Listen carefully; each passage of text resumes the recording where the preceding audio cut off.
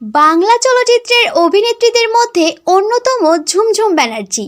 কি চিনতে পারলেন না? চিনতে না পারাটাই স্বাভাবিক, কারণ তিনি আমাদের কাছে পরিচিত রচনা ব্যানার্জি নামে।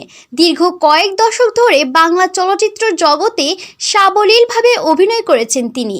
বর্তমানে প্রায় 50-এর কাছাকাছি বয়স হলেও তিনি তার রূপের জেল্লা এখনও ধরে রেখেছেন ঠিক একই রকমভাবে। 1990 সালে জিতেছিলেন মিস কলকাতা অ্যাওয়ার্ড, আর তারপর থেকে একের পর এক অভিনয়ের অফার আসতে থাকে তার কাছে। 1993 সালে পরিচালক সুখেন দাস পরিচালিত দান প্রতিদান চলচ্চিত্রে বিনোদন জগতে প্রথম পা রাখেন তিনি। তারপরের ইতিহাসটা অবশ্য আমাদের সকলেরই জানা।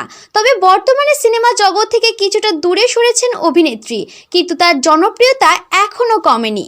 সম্প্রতি বেশ কিছু বছর ধরে তাকে দেখা যায় জি বাংলার অন্যতম জনপ্রিয় রিয়েলিটি শো দিদি নাম্বার ওয়ানের মঞ্চে সঞ্চালিকায়।